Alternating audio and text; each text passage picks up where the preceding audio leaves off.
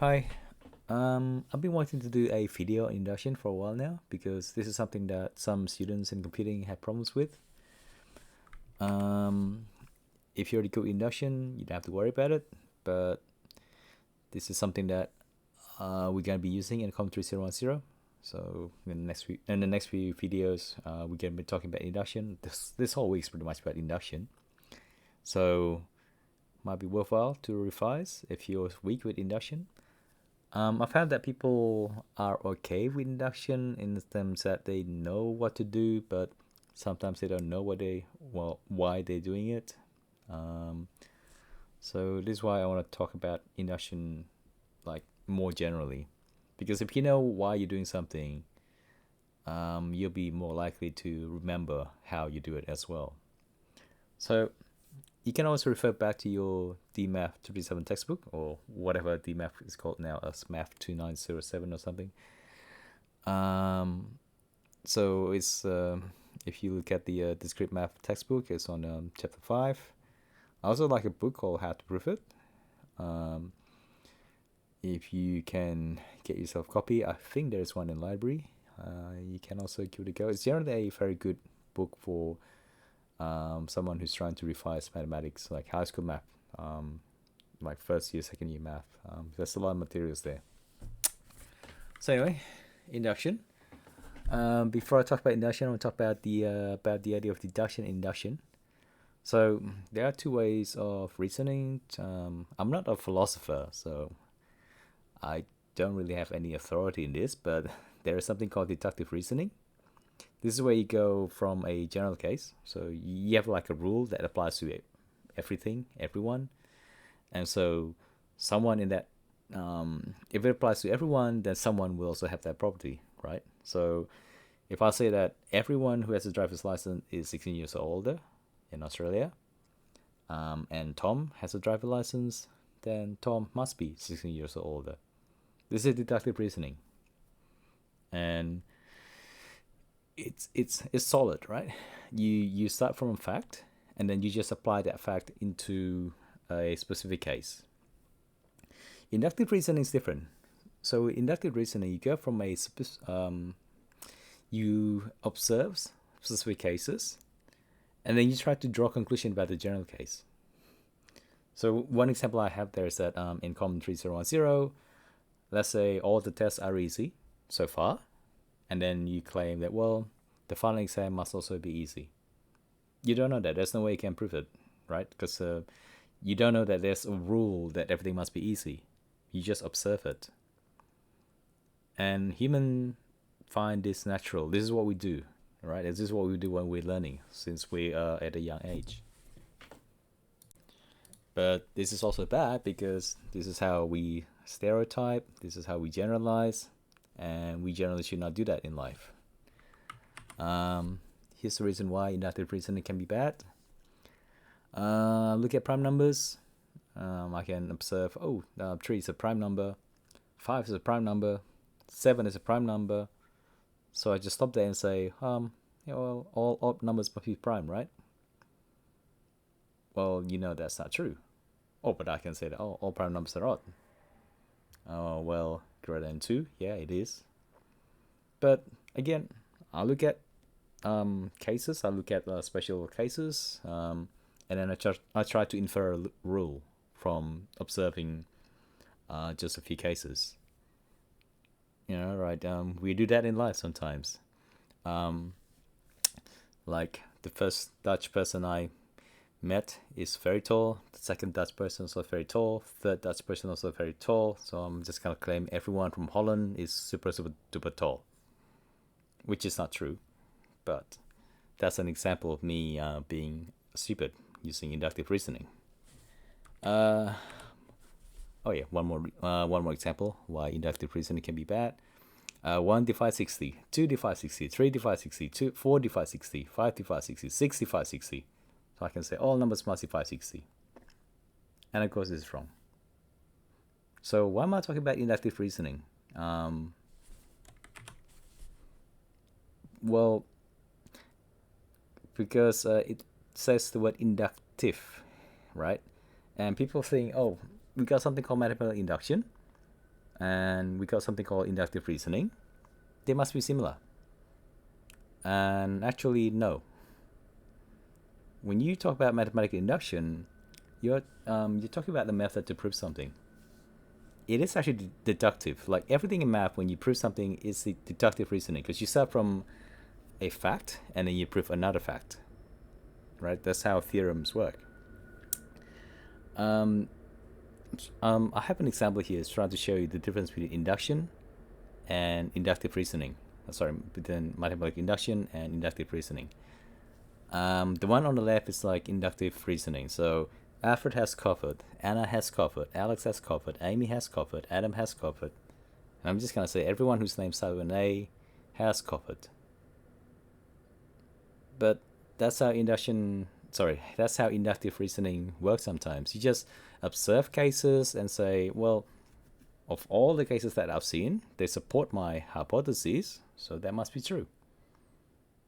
Well, it can be true sometimes because you're observing a pattern in the world. Maybe sometimes that's true, but a lot of time it's not.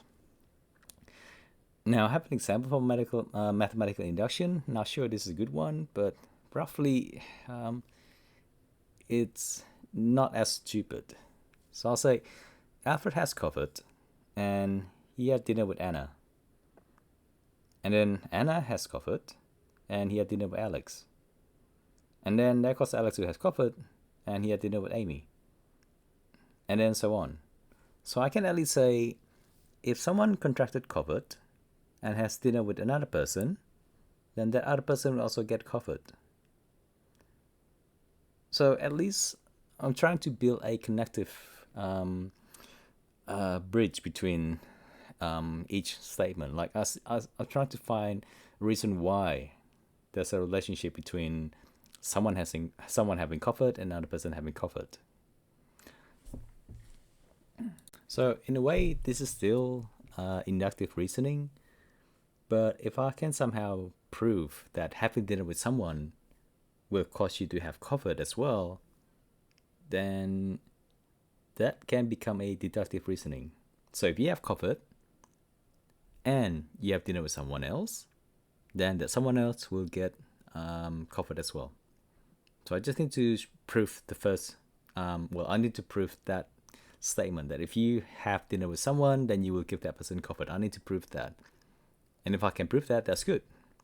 That means I prove all the cases and I actually have a general rule which is correct. And the general rule is if you have dinner with someone with covered, then you will get covered. So induction, mathematical induction, it's a bit like that, right? So the idea is I'm going to give you a statement and you have to prove it.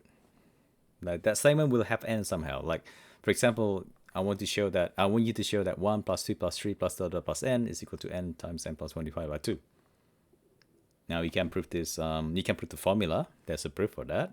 We talked about that in the workshop. But what I want you not to do is just to show this for some n. So like what I have listed there, like, can you just show, oh, for 1 is correct. If n is equal to 1, this statement is correct. Because, well, I just worked out the left-hand side and worked out the right-hand side. When n equals to 2, this is also correct. When n equals to 3, it's also correct. So I'm just going to say it's correct for everything. Well, no, you can't do that. Okay? Like in general, I'm going to give you a statement, Pn, like so a statement P that has n in it somehow. And I want you to show that this is true for all n greater than 0. You can't just show, oh, P1 is correct, P2 is correct, P3 is correct, so it's got to be true for everyone. This is inductive reasoning. This is something bad. This is something you should not be doing. All right? And somehow some students think this is induction, especially like if they're not doing mathematics, if they like from other discipline. They just think this is induction. I have to show it for everything. And what I'm doing is just actually showing it for everything, like P1, P2, P3, P4, so on. Yes, you are. You are showing, you are trying to show that the statement is true for all n, but you don't do that by showing P1, P2, P3, P4, so on correct.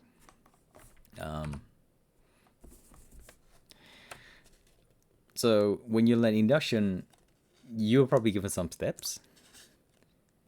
So you know what to do, but you may not know why you're doing it. And that's why they fall into this trap, thinking that when I'm doing induction, this is what I'm doing. I'm showing P1 is correct, P2 is correct, P3 is correct, and so on. And you're not. The main goal in induction is this. You're going to prove one statement, right? And basically goes like, if you tell me that A is true, then I can prove that B is also true. Which is just like most mathematical proof. But the ingredient there, so you have to tell me first that A is true. That's my basis to say that B is true. And in induction, what you do is someone tell you, this statement for N is true. And then your job is to show that the statement is still true for N plus 1. I mean, the example here, again, going back to the 1 plus 2 plus 3 sum. If you tell me that this is true for some integer k, I don't know what k is. I'm just going to write the formula here. 1 plus 2 plus 3 up to k is equal to k times k plus 1 plus divided by 2. So you got to tell me this is correct first. Like, you tell me this is true.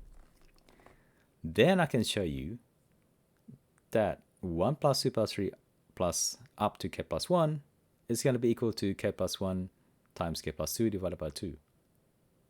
And why am I doing this? Because if I show you that this is the case, like if any k this works, right, then I have found a general formula with n now. So if you can see here, the first two statements, they're of the same form. So I got n here, like when n is equal to k, then this is exactly the same, right? The first formula and the last formula is exactly the same. I'm just putting n instead of k. The second one and the last one, again, it's actually the same, except that this time n is equal to k plus 1. So I don't need to show this to be true for 1, 2, 3, 4, 5, and so on. All I need to do is, look, if you give me k, if you give me a statement that is true for k, I will be able to construct a statement which is true for k plus 1. Right? So it doesn't matter what your k is, it's going to be true for k plus 1. And that automatically means it's true for every possible integers.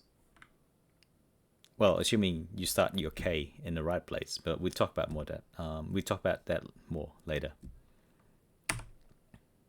So let's try this. Can we do this? Can we actually show that this is correct?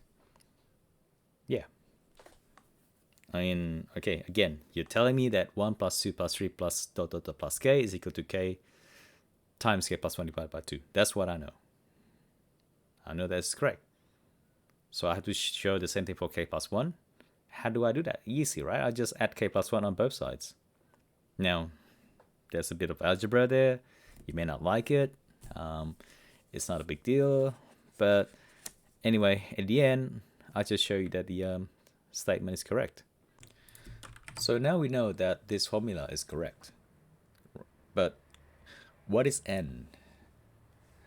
So remember that what we're doing is we're showing that if it's true for k, then it's also true for k plus 1. But we never actually said what k is.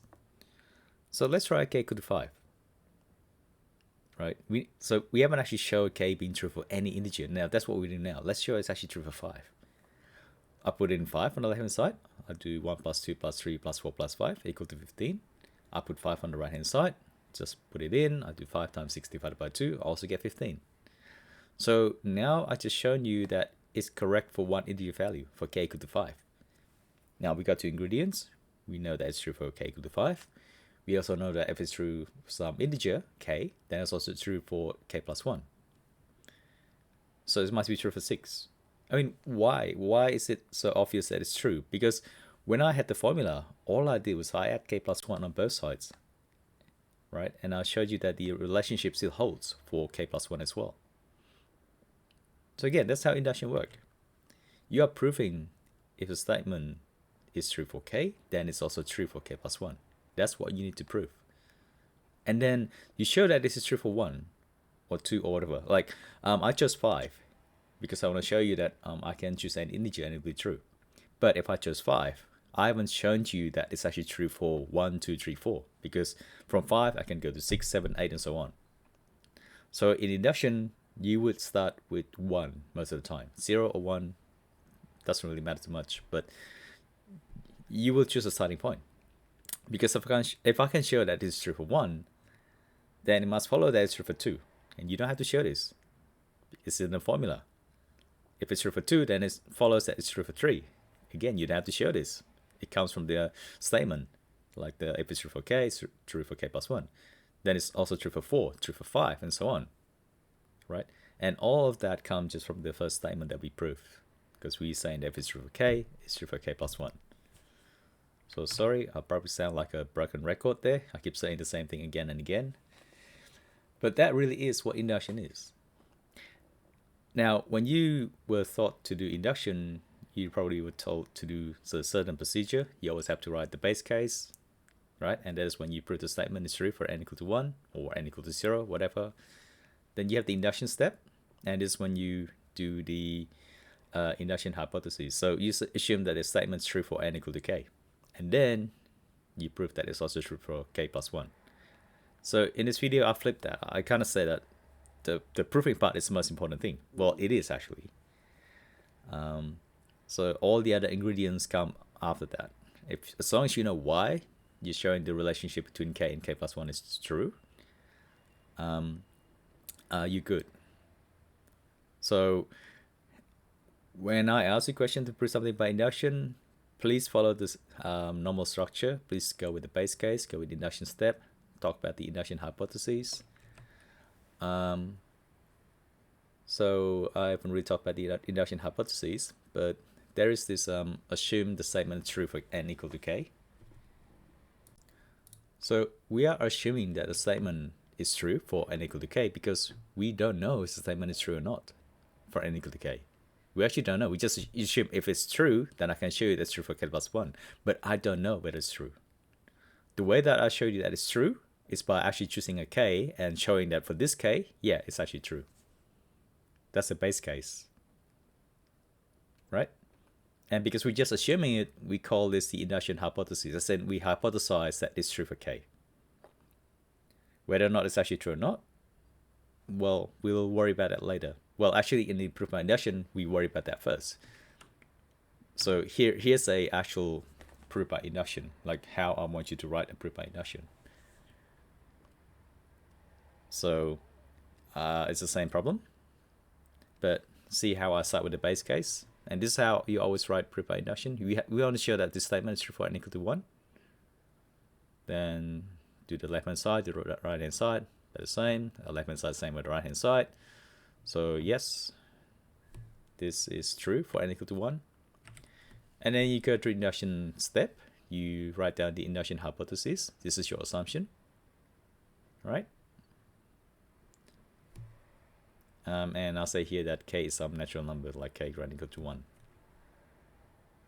So we assume this is true for some k, and then we go through the whole algebra to show that it's also true for k plus 1. I mean, we've done this before, so I'm not going to go through it again. There are slight differences. Here I write in a way that I want to prove the statement 1 plus 2 plus 3 plus dot dot plus k plus 1 is equal to this product there. So I actually write down the left-hand side here. I'll write it down there. And then after I got the right-hand side, I separate it into two different sums. And then I actually use the induction hypothesis in there. Okay. But the rest of the algebra is still the same.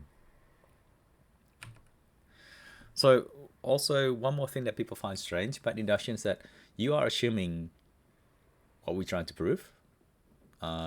As in, I want to prove that 1 plus 2 plus dot dot plus n is equal to n times n plus 1 divided by 2. So why did I assume that 1 plus 2 plus dot dot plus k is equal to k times k plus 1 divided by 2? They are different things.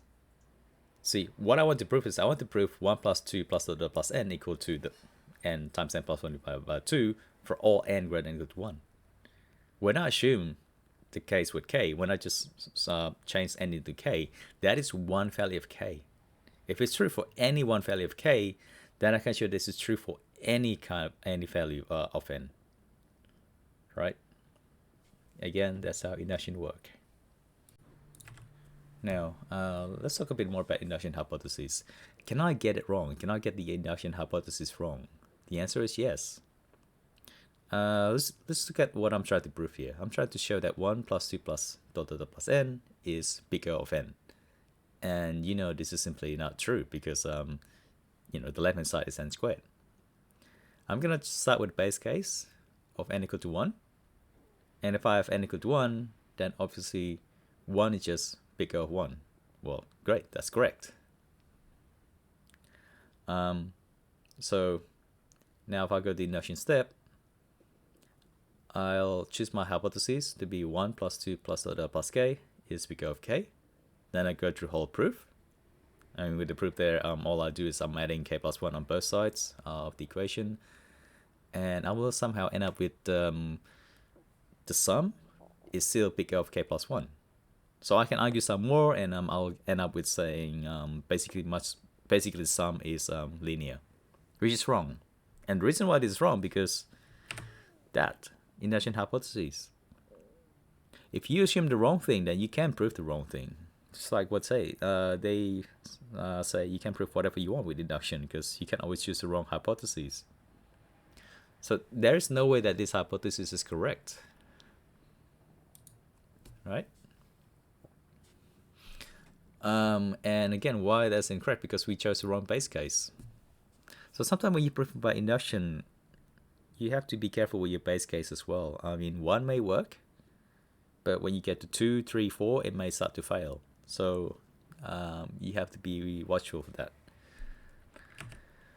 But again, this is not a math course, so I'm not going to ask you super hard induction question. In fact, I'm not going to ask you how to do induction with like this mathematics. I'm going to ask you to do induction using a code. So you see that in a later lecture.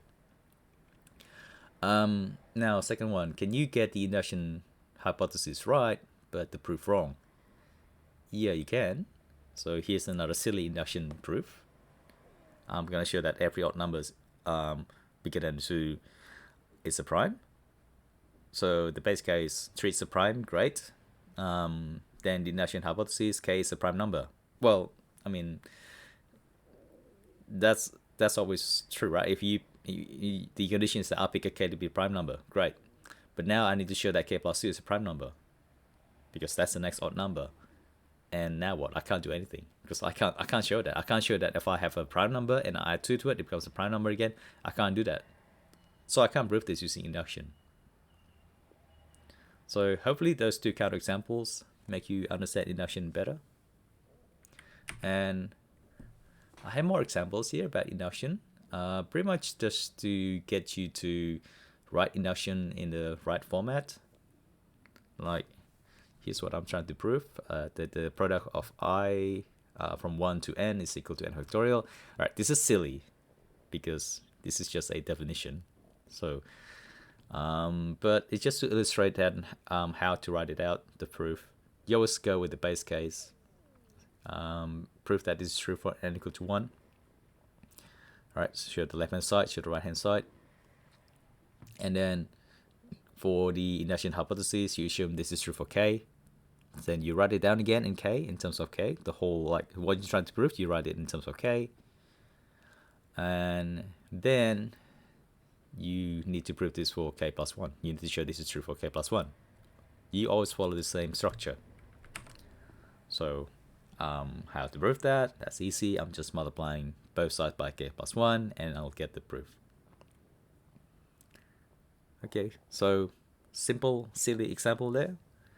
One more example. Probably not gonna go through this, but you can just see that we are following the same structure: base case, induction step, induction hypothesis. The rest is just a bunch of algebra, right? But what you can appreciate is you can see how I assume true for k, and then I say that I need to prove this true for k plus 1, so I increase the summation basically like here on the assumption n is equal to k, and here in what I'm trying to prove, n is equal to k plus 1. And a bunch of algebra there to show the proof. And then that's it. That's induction. I'm not going to go through that because you can trace it down yourself. We'll do more induction examples in the workshop. And then we'll also use induction more in the later lecture about recursive functions. Alright, so I'll see you in the next lecture.